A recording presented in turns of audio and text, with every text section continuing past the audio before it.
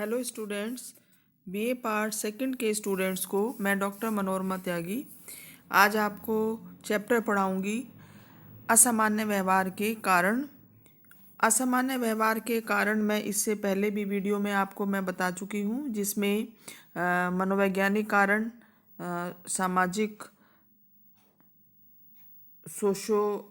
Sociological कारण, सामाजिक कारण, आर्थिक कारण और मनोसामाजिक कारणों के बारे में चर्चा की थी। इससे पहले वीडियो में मैं करा चुकी हूँ आपको। आज मैं आपको बताऊंगी तनाव का मॉडल, या जिसको कहते हैं डायथीसिस तनाव मॉडल। असामान्य व्यवहार का कारणों में डायथीसिस तनाव मॉडल या डायथीसिस स्ट्रेस मॉडल जो है, ये एक इंटीग्रेटेड अप्रोच है और ये असामान्य व्यवहार के कारणों को की व्याख्या करने के लिए एक नया दृष्टिकोण है। इसमें असामान्य व्यवहार के जो कारण हैं उनके बारे में ये बताया गया है कि असामान्य व्यवहार जिस व्यक्ति के अंदर उत्पन्न होता है उसमें पहले से ही असामान्य व्यवहार विकसित होने की प्रवृत्ति होती है, और जब इस तरह के व्यक्ति के प्रति पर्यावरण भी विरोधी हो जाता है या पर्यावरण भी उसके अनुकूल नहीं रहता है, तब ऐसे व्यक्ति में असामान्य व्यवहार विकसित होने की संभावना बढ़ जाती है। ये एक असामान्य व्यवहार की व्याख्या करने का ये एक ऐसा मॉडल है जो कि बायोलॉजिकल, साइकोलॉजिकल और एनवायरमेंटल पर्यावरणीय कारकों का एक मिला जुला रूप है, और यह कोई विशेष विचारधारा नहीं है, जैसे कि असामान्य व्यवहार की साइकोडायनामिक विचारधारा है, संज्ञानात्मक विचारधारा है या व्यवहारवादी विचारधारा है। यह मॉडल असामान्य व्यवहार की व्याख्या डायथीसिस तथा तनाव की अंतःक्रिया के रूप में करता है। डायथीसिस से तात्पर्य है कि किसी विकृति या असामान्य व्यवहार व्यक्ति में उत्पन्न होने की पूर्ववर्ती से होता है। कहने का तात्पर्य है कि जब व्यक्ति में किसी विशेष तरह की मानसिक विकृति होने की पहले से ही प्रवृत्ति होती है, और यदि ऐसा व्यक्ति पर्यावरणीय कारकों के संपर्क में आता है, अर्थात विशेष तनावपूर्ण स्थितियों से पर्यावरण से गुजरता है, और यदि यह तनाव की मात्रा उसके नियंत्रण सीमा से बाहर हो जाती है, तो उस व्यक्ति में अनेक प्रकार के असामान्य व्यवहार विकसित होने की संभावना बढ़ जाती है। इसे ही नैदानिक मनोवैज्ञानिकों ने और मनोचिकित्सकों ने डायथीसिस तनाव मॉडल का नाम दिया है। इस प्रकार से स्पष्ट होता है कि किसी मानसिक विकृति या असामान्य व्यवहार के लिए पूर्ववर्ती होने से व्यक्ति में विकृति या असामान्यता होने की संभावना काफ़ी बढ़ जाती है। तो परंतु इस बात की कोई निश्चित गारंटी भी नहीं होती है कि उस व्यक्ति में कौन सा मानसिक रोग होगा। इसका कारण यह है कि मॉडल का एक दूसरा भाग तनाव है, जो इस बात का निर्धारण करता है कि संबद्ध जो पूर्ववर्ती है किस तरह से वास्तविक विकृति में परिवर्तित होगी।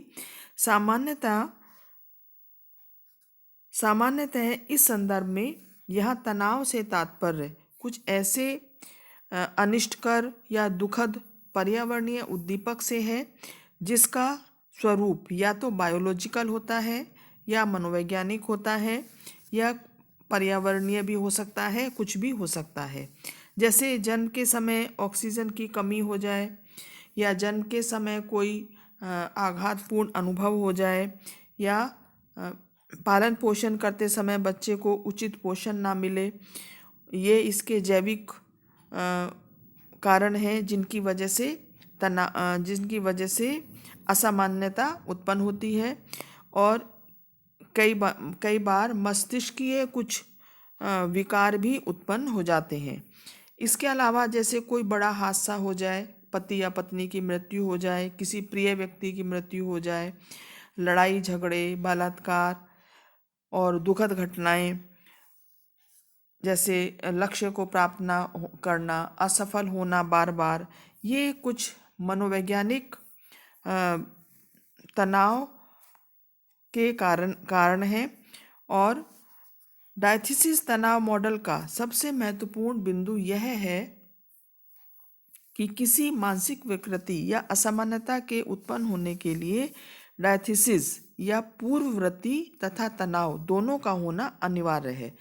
मतलब मानसिक विकृति तब उत्पन्न होती है जब किसी व्यक्ति में पहले से ही मानसिक रोग उत्पन्न होने की एक प्रवृत्ति होती है, या उसके अंदर इस तरह की प्रवृत्ति होती है कि मानसिक रोग उत्पन्न हो, और उसको फिर पर्यावरण भी नकारात्मक मिल जाए, तो दोनों मिलकर जो है वो मानसिक रोग उत्पन्न करते हैं। जैसे कुछ कुछ लोगों में मनोविदलन जैसे मानसिक विकृति का एक प्रारंभ से ही जैविक पूर्ववृत्ति होती है, और फिर ऐसे व्यक्ति को यदि जिंदगी में तनावों से होकर गुजरना पड़ता है या उसको भयंकर तनावों का सामना करना पड़ता है, तो उसमें मनोविदलन रोग होने की काफ़ी उम्मीद बढ़ जाती है उस व्यक्ति की तुलना में जिसमें ऐसी कोई जैविक पूर्ववृत्ति नहीं होती, मतलब पहले से कोई ऐसी प्रवृत्ति नहीं होती है, परंतु वैसे तनाव से होकर गुजरना पड़ता है। तब ऐसे लोगों में मानसिक रोगों के उत्पन्न होने की संभावना कम होती है कि जिनमें पूर्ववृत्ति नहीं है, मतलब पहले से उनमें मानसिक रोग होने की प्रवृत्ति नहीं है, ना उनके वंशानुक्रम के आधार पर हम ये कह सकते हैं कि उनके परिवार में पहले ऐसे घटनाएं हो चुकी हैं और उसमें पूर्ववृत्ति नहीं है। तब ऐसे लोग अगर तनावों से भी गुजरते हैं तो ऐसे लोगों में मानसिक रोग होने की संभावना उन लोगों से कम होती है जिनमें पूर्ववृत्ति भी है और उनको अनेक पर्यावरणीय तनावों का भी सामना करना पड़ता है।